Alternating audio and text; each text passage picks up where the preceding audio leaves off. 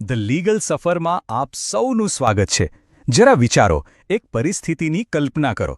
કોઈ રાજ્ય સરકાર અચાનક જાહેરાત કરે કે આ વર્ષે યુનિવર્સિટીની ફાઇનલ પરીક્ષાઓ કેન્સલ, બધા સ્ટુડન્ટ્સ પાસ. પણ બીજા જ દિવસે યુજીસી એટલે કે યુનિવર્સિટી ગ્રાન્ટ્સ કમિશનનો આદેશ આવે કે ના, એવું નહીં ચાલે, પરીક્ષાઓ તો લેવી જ પડશે. તો સવાલ એ છે કે આવા સંજોગોમાં સાચું કોણ? રાજ્ય સરકારનો નિર્ણય માન્ય ગણાય કે પછી યુજીસીનો આદેશ? આ કોઈ નાનો સૂનો નીતિ વિષયક પ્રશ્ન નથી મિત્રો. આ તો સીધો આપણા બંધારણ સાથે જોડાયેલો મુદ્દો છે. છેલ્લા કેટલાક વર્ષોમાં આ વિષય પર કેન્દ્ર અને રાજ્યો વચ્ચે એટલા મોટા વિવાદો થયા છે કે મામલો વારંવાર દેશની સર્વોચ્ચ અદાલત એટલે કે સુપ્રીમ કોર્ટ સુધી પહોંચ્યો છે. તો આજના આ વિશ્લેષણમાં આપણે આ જ ગૂંચવણને ઉકેલીશું. આપણે ઊંડાણપૂર્વક સમજીશું કે આ વિવાદનું મૂળ ક્યાં છે, બંધારણ ખરેખર કોને વધુ સત્તા આપે છે, અને આ મામલાઓ સુપ્રીમ કોર્ટ સુધી કેવી રીતે પહોંચે છે. આપણે એવા 3 ઐતિહાસિક ચુકાદાઓ પર પણ નજર કરીશું જેણે બધું સ્પષ્ટ કરી દીધું છે. અને હા, છેલ્લે દરેક કોલેજ સ્ટુડન્ટ માટે એક ખૂબ જ કામની માહિતી પણ છે.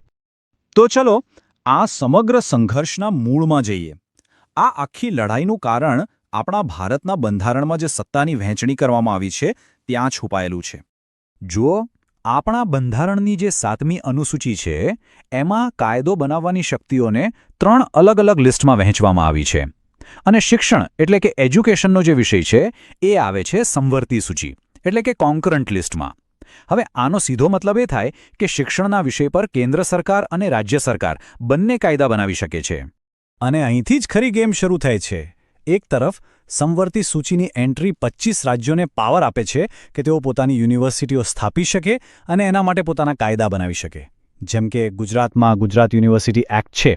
પણ બીજી જ તરફ સંઘ સૂચિની એન્ટ્રી 66 બહુ સ્પષ્ટ રીતે કહે છે કે ઉચ્ચ શિક્ષણના સ્ટેન્ડર્ડ્સ એટલે કે માપદંડો નક્કી કરવાની અને એને જાળવી રાખવાની સત્તા ફક્ત અને ફક્ત કેન્દ્ર સરકાર પાસે રહેશે. અને આ જ સત્તાનો ઉપયોગ કરીને કેન્દ્ર સરકારે 1956માં યુજીસી એક્ટ બનાવ્યો અને યુજીસીની સ્થાપના કરી. તો પછી સવાલ એ થાય કે જ્યારે રાજ્ય અને કેન્દ્ર બંનેના કાયદા એક જ વિષય પર ટકરાય ત્યારે કોનો કાયદો ચાલશે, કોણ જીતશે? સારું છે કે આપણા બંધારણે આનો પણ બહુ સ્પષ્ટ ઉકેલ આપેલો છે. ચાલો એ કલમો જોઈએ જે આ વિવાદનો અંત લાવે છે. આ છે અલ્ટિમેટ ટાઈબ્રેકર, બંધારણનો અનુચ્છેદ 254, જેને કાયદાની ભાષામાં રૂલ ઓફ રિપગ્નન્સી કહે છે. એકદમ સાદી ભાષામાં સમજીએ તો આ નિયમ કહે છે કે જો સમવર્તી સૂચિના કોઈ પણ વિષય પર રાજ્યનો કાયદો અને કેન્દ્રનો કાયદો એકબીજાની વિરુદ્ધ હોય તો હંમેશા કેન્દ્રનો કાયદો જ સર્વોપરી ગણાશે.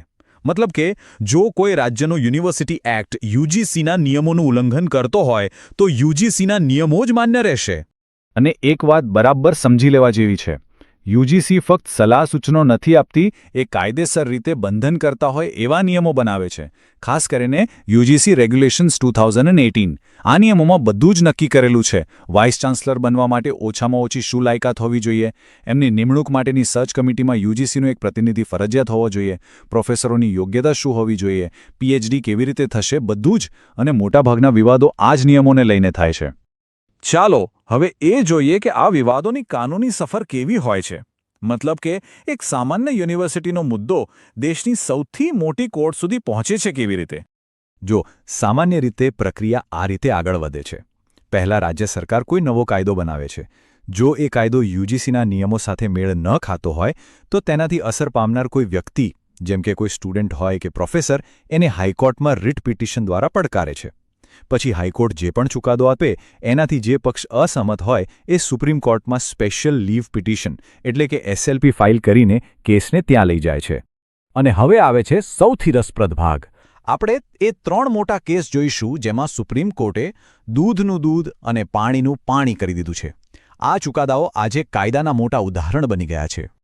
પહેલો કેસ તો હમણાં તાજેતરનો જ છે. કોવિડ-19 મહામારી વખતે જ્યારે દેશભરમાં લોકડાઉન હતું ત્યારે ઘણા રાજ્યોએ નક્કી કર્યું કે ફાઇનલ યરના સ્ટુડન્ટ્સની પરીક્ષા લીધા વગર જ એમને પ્રમોટ કરી દઈએ. પણ યુજીસીએ સ્પષ્ટ ના પાડી દીધી હતી. મામલો સુપ્રીમ કોર્ટમાં ગયો અને કોર્ટે ઐતિહાસિક ચુકાદો આપ્યો. કોર્ટે કહ્યું કે રાજ્યો મહામારી જેવી ગંભીર પરિસ્થિતિમાં પરીક્ષાઓ પાછળ ઠેલી શકે છે એ બરાબર છે, પણ પરીક્ષાઓ લીધા વગર કોઈને પણ ડિગ્રી આપી શકાય નહીં. શૈક્ષણિક ધોરણો જાળવવા એ યુજીસીની સત્તા છે અને એમાં કોઈ બાંધછોડ નહીં ચાલે. હવે વાત કરીએ આપણા ગુજરાતના એક બહુ ચર્ચિત કેસની. આ કેસ સરદાર પટેલ યુનિવર્સિટીના વાઇસ ચાન્સલર એટલે કે કુલપતિની નિમણૂકને લગતો હતો. આ કેસમાં થયું એવું કે ગુજરાત સરકારે પોતાના યુનિવર્સિટી એક્ટ મુજબ કુલપતિની પસંદગી માટે એક સર્ચ કમિટી બનાવી, પણ એમણે યુજીસી રેગ્યુલેશન્સ 2018નો નિયમ તોડી નાખ્યો, જેમાં એવું લખેલું છે કે સર્ચ કમિટીમાં યુજીસીનો એક પ્રતિનિધિ હોવો ફરજિયાત છે. આ નિમણૂકને તરત જ કોર્ટમાં પડકારવામાં આવી. અને સુપ્રીમ કોર્ટે શું કર્યું? કોર્ટે આ નિમણૂકને સંપૂર્ણપણે ગેરકાયદેસર અને રદ્દબાતલ જાહેર કરી. આ ચુકાદાથી કોર્ટે એકદમ સ્પષ્ટ અને કડક સંદેશ આપ્યો કે જ્યારે યુનિવર્સિટીના ઉચ્ચ પદોની વાત આવે ત્યારે રાજ્યના કાયદા નહીં પણ યુજીસીના નિયમો જ સર્વોપરી ગણાશે. અને હવે ત્રીજો કેસ. આ તો કદાચ સૌથી ચોંકાવનારો કાયદાકીય કેસ છે. આને ડિગ્રી મિલ કેસ તરીકે પણ ઓળખવામાં આવે છે.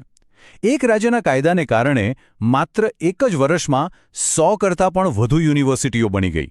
થયું એવું કે છત્તીસગઢ સરકારે એક એવો કાયદો બનાવ્યો કે જેના હેઠળ માત્ર નોટિફિકેશન બહાર પાડીને પ્રાઇવેટ યુનિવર્સિટી ખોલી શકાતી હતી. પરિણામ, એક જ વર્ષમાં 112 યુનિવર્સિટીઓ ખુલી ગઈ, જેમાંથી મોટાભાગની યુનિવર્સિટીઓ માત્ર કાગળ પર હતી, જેમની પાસે ન તો પોતાની બિલ્ડિંગ હતી કે ન ભણાવવા માટે પ્રોફેસરો. આ તો શિક્ષણની મજાક હતી. સુપ્રીમ કોર્ટે આના પર અત્યંત કડક વલણ અપનાવ્યું અને આખા કાયદાને જ ગેરબંધારણીય ઠેરવી દીધું. તો આ બધી કાનૂની લડાઈઓ અને સુપ્રીમ કોર્ટના ચુકાદાઓ પછી આખરે વાત શું નક્કી થઈ? આ બધાનો સાર શું છે? અને ખાસ કરીને એક વિદ્યાર્થી તરીકે આપણે શું સમજવાનું છે? સત્તાની વહેંચણી હવે એકદમ સ્પષ્ટ છે. રાજ્ય સરકારો યુનિવર્સિટીઓ સ્થાપી શકે છે, એમને જમીન અને પૈસા આપી શકે છે અને એમનો રોજબરોજનો વહીવટ પણ સંભાળી શકે છે. એમાં કોઈ વાંધો નથી.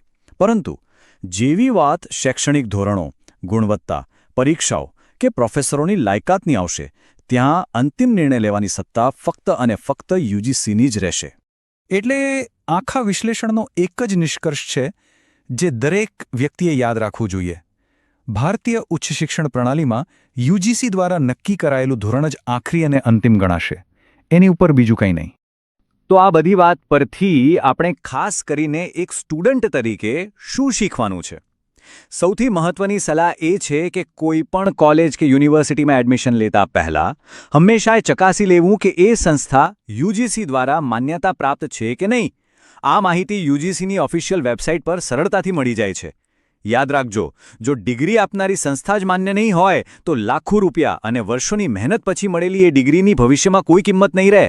જો તમને આ વિશ્લેષણ ગમ્યું હોય તો જરૂરથી લાઇક કરજો અને શેર કરજો, જેથી બીજા સુધી પણ આ મહત્વની માહિતી પહોંચે. તમારા મનમાં કોઈ પણ સવાલ હોય તો નીચે કોમેન્ટમાં જરૂર પૂછજો, હું પાક્કો જવાબ આપીશ. અને હા, આપણી ચેનલ ધ લીગલ સફરને સબસ્ક્રાઇબ કરવાનું બિલકુલ ના ભૂલતા. આવા જ કોઈ રસપ્રદ વિષય સાથે મળીશું આવતા વિડીયોમાં. ખૂબ ખૂબ આભાર. જય હિન્દ. સત્યમેવ જયતે.